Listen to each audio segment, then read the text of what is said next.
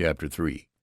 Even after the new addition to the Button family had had his hair cut short and then dyed to a sparse, unnatural black, had had his face shaved so close that it glistened, and had been attired in small boy clothes made to order by a flabbergasted tailor, it was impossible for Button to ignore the fact that his son was an excuse for a first family baby. Despite his aged stoop, Benjamin Button, for that was his name they called him instead of by the appropriate but invidious Methuselah, was 5 feet 8 inches tall. His clothes did not conceal this, nor did the clipping and dyeing of his eyebrows disguise the fact that the eyes under were faded and watery and tired. In fact, the baby nurse who had been engaged in advance left the house after one look in a state of considerable indignation. But Mr. Button persisted in his unwavering purpose. Benjamin was a baby, and a baby he should remain. At first he declared that if Benjamin didn't like warm milk, he could go without food altogether, but he was finally prevailed upon to allow his son bread and water, and even oatmeal by way of compromise.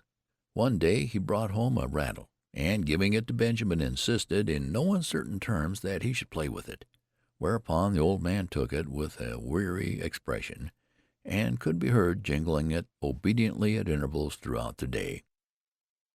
There can be no doubt, though, that the rattle bored him, and that he found other more soothing amusements when he was left alone. For instance, Mr. Button discovered one day that during the preceding week he had smoked more cigars than ever before, a phenomenon which was explained a few days later when, entering the nursery unexpectedly, he found the room full of a faint blue haze, and Benjamin, with a guilty expression on his face, trying to conceal the butt of a dark Havana.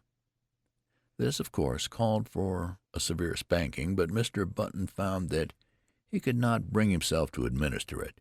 He merely warned his son that he would stunt his growth. Nevertheless, he persisted in his attitude.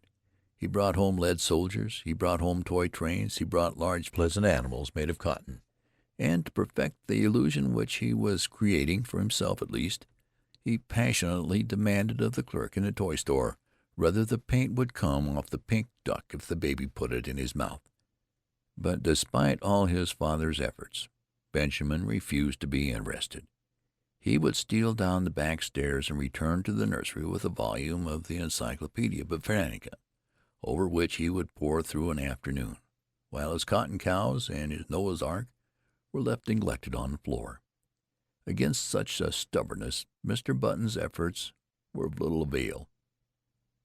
The sensation created in Baltimore was at first prodigious. What the mishap would have cost the Buttons and their kinfolk socially cannot be determined, for the outbreak of the Civil War brought the city's attention to other things. A few people who were unfailingly polite racked their brains for compliments to give to the parents, and finally hit upon the ingenious device of declaring that the baby resembled his grandfather, a fact which, due to the standard state of decay common to all men of 70, could not be denied. Mr. and Mrs. Roger Button were not pleased, but Benjamin's grandfather was furiously insulted. Benjamin, once he left the hospital, took life as he found it.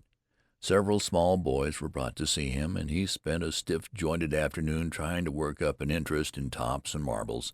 He even managed, quite accidentally, to break a kitchen window with the stone from a slingshot, a feat which secretly delighted his father.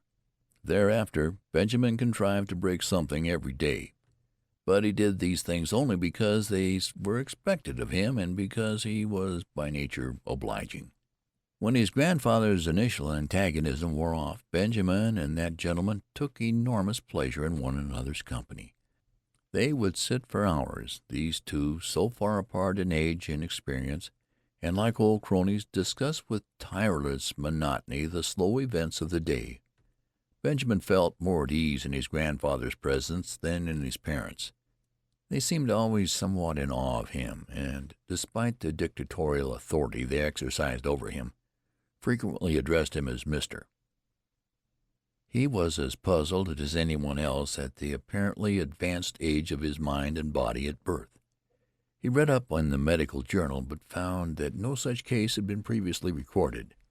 At his father's urging, he made honest attempts to play with other boys, and frequently he joined in milder games. Football shook him up too much. He feared that in case of a fracture his ancient bones would refuse to knit. When he was 5 he was sent to kindergarten, where he initiated into the art of pasting green paper on orange paper, of weaving colored maps, and manufacturing eternal cardboard necklaces. He was inclined to drowse off to sleep in the middle of these tasks, a habit which both irritated and frightened his young teacher. To his relief she complained to his parents, and he was removed from the school. The Roger Buttons told their friends that they felt he was too young. By the time he was 12 years old his parents had grown used to him. Indeed, so strong is the force of custom that they no longer felt that he was different from any other child, except when some curious anomaly reminded them of the fact. One day, a few weeks after his 12th birthday, while looking in the mirror, Benjamin made, or thought he made, an astonishing discovery. Did his eyes deceive him, or had his hair turned in the dozen years of his life from white to iron gray under its concealing dye? Was the network of wrinkles on his face becoming less pronounced? Was his skin healthier and firmer, with even a touch of ruddy winter crawler? He could not tell. He knew that he no longer stooped, and that his physical condition had improved since the early days of his life. Can it be? He thought to himself, or rather scarcely dared to think. He went to his father. "I'm grown," he announced determinedly. "I want to put on long trousers." His father hesitated. "Well," he said finally, "I don't know. 14 is the age for putting on long trousers, and you are only 12."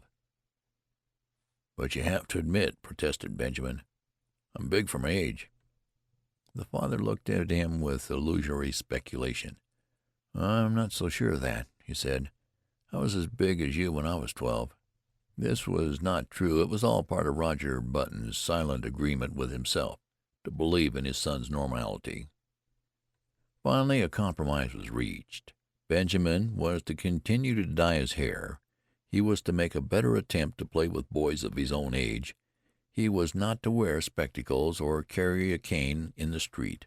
In return for these concessions he was allowed his first suit of long trousers.